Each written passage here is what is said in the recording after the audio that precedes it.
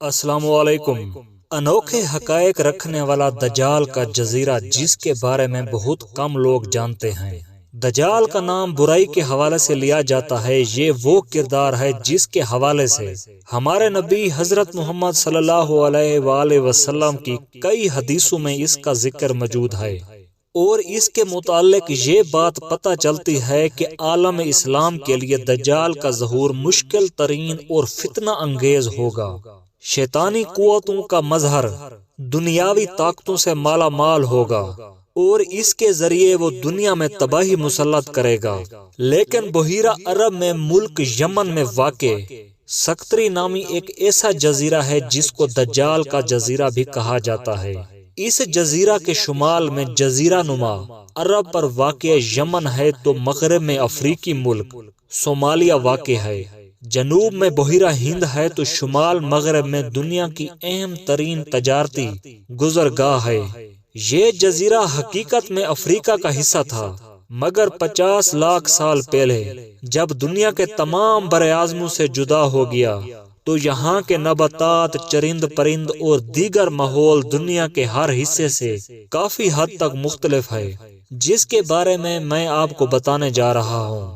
اس جزیرے کی مٹی کو دنیا کی زرخیز ترین مٹی میں شمار کیا جاتا ہے، جس میں نہ صرف اگنے کی طاقت بہت زیادہ ہے بلکہ یہاں پر اگنے والے نباتات دنیا کے دوسرے حصوں سے مختلف اور انوکھے ہوتے ہیں، جو کہ دنیا کے کسی اور حصے میں نہیں اگ سکتے۔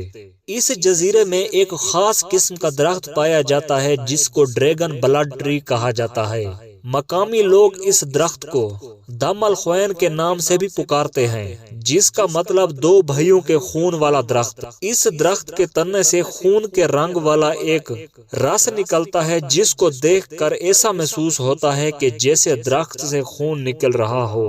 اس درخت سے خون نما نکلنے والی اس گوند کو ماضی میں مختلف کاموں کے لیے مقدس سمجھ کر استعمال کیا جاتا تھا، اور حالیہ دور میں بھی اس کا استعمال کاسمیٹکس اور مختلف ادویات میں کیا جاتا ہے۔ اس جزیرے میں ایک اور انوکھا پودا جو پایا جاتا ہے وہ بوٹل ٹری ہے، جس کا تنا نیچے والے حصے میں بوتل کی طرح چوڑا ہوتا ہے جبکہ اوپر جاتے